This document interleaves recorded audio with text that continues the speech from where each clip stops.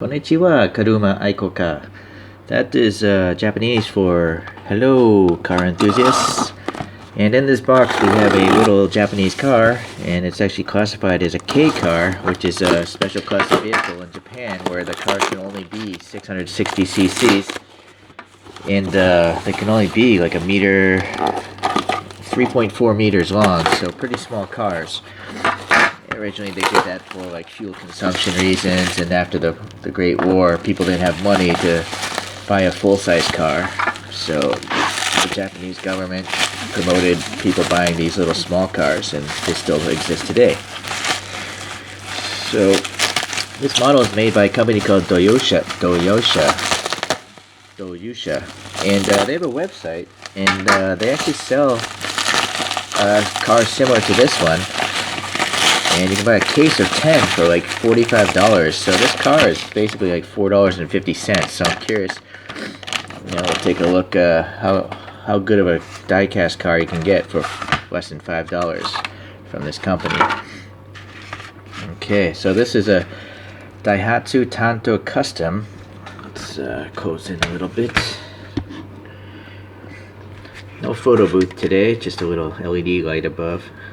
So the Daihatsu Tanto Custom, first I'll talk about Daihatsu. They started in 1951, and the name translates to Osaka engine, pretty much in English, because it's in the Osaka area, and they started developing engines early in the days.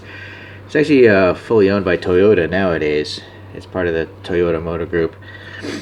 So this thing is being a custom. It came out in 2005. This is the first generation. They're up to their fourth generation of the Tanto, but this is Gen 1, and these things could have either a normally aspirated or a turbocharged engine up here, and they had front wheel drive or even four wheel drive, which is quite interesting for such a small car. Okay, so let's take a look at the diecast now.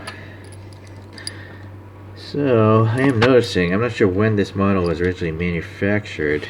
Nothing on the bottom there, but there's some paint rash right there. It's an interesting brownish color.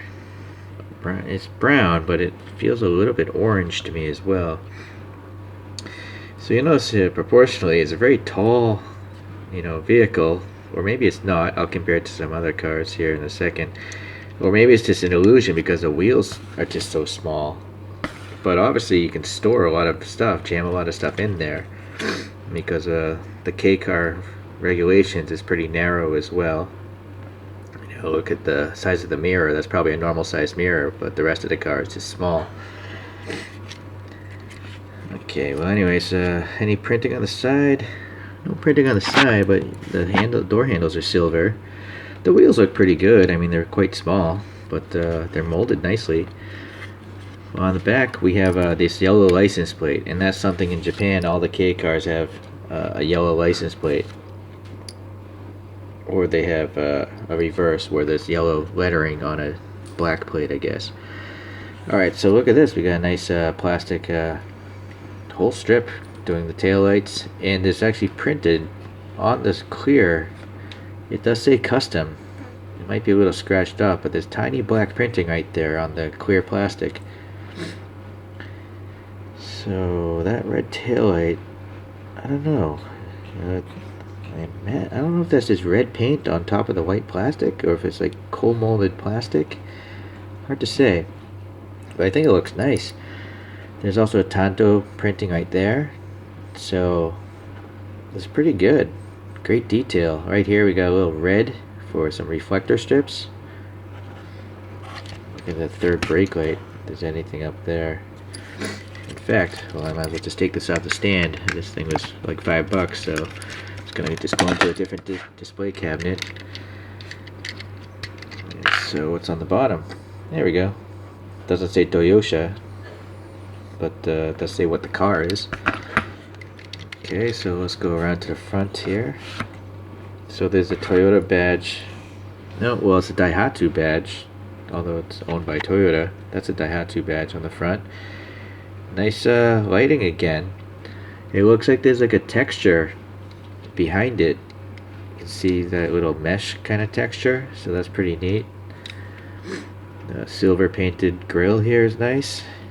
And then even more plastic inserts right here for some sort of fog lights or running lights. The windshield has some black painted on the windshield wipers that are molded into the plastic itself. Alright, so pretty good. I'm quite impressed for a $5 car. There's a little black missing right there. This is much better than a green light, I think. I mean, this model is pretty old, but if it was brand new, if it didn't have paint rash, I think for $4.50, this is a great value this company's putting out there. And if you go to the Doyusha website, again, you can buy a whole case of 10. They're not this model, they're like Suzuki's or something like that. Maybe I'll buy that later. One thing that, something going wrong here. I think it looks like there's glue. I think the person that sold this to me, it must be used. It's definitely a used car, I think. So I don't know if it was played with or something like that. Okay, so yeah, you can see through the glass. You can see some seat backs there. So there is an interior.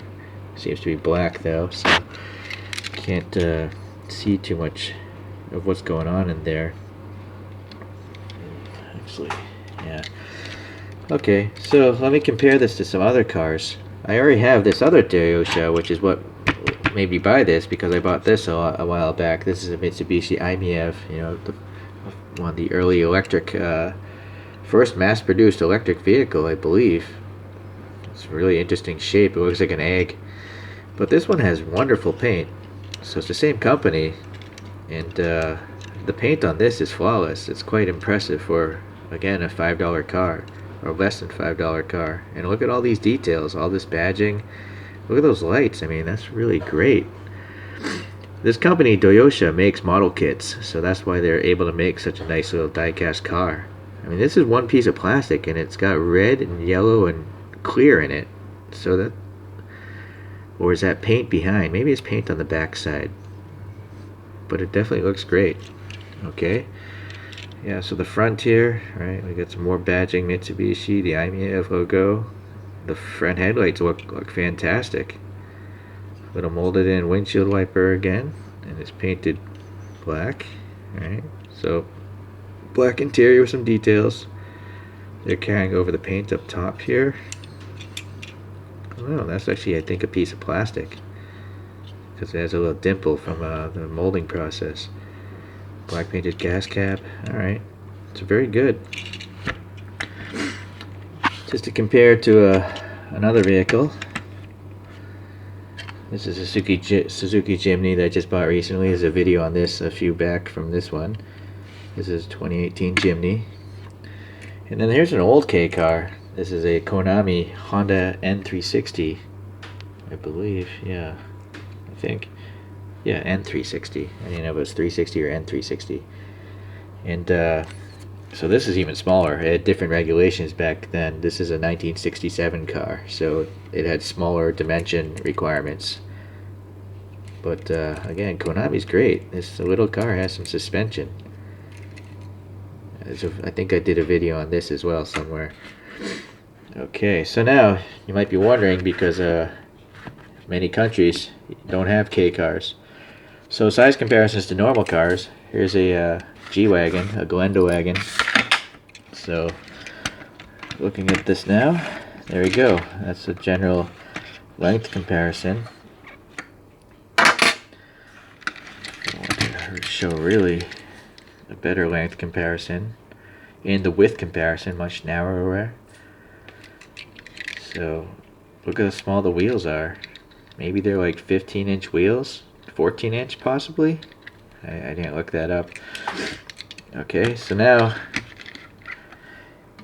we have the old Vandura, BA's Vandura. So it's simply a full-size van, and it makes these K cars look just minuscule, right? This is lengthwise. That doesn't even fit my camera here. So look at the length for comparison here. Right, and then the width comparison. Let's see. So yeah, K cars are small. That's what they're supposed to be. It's government regulations.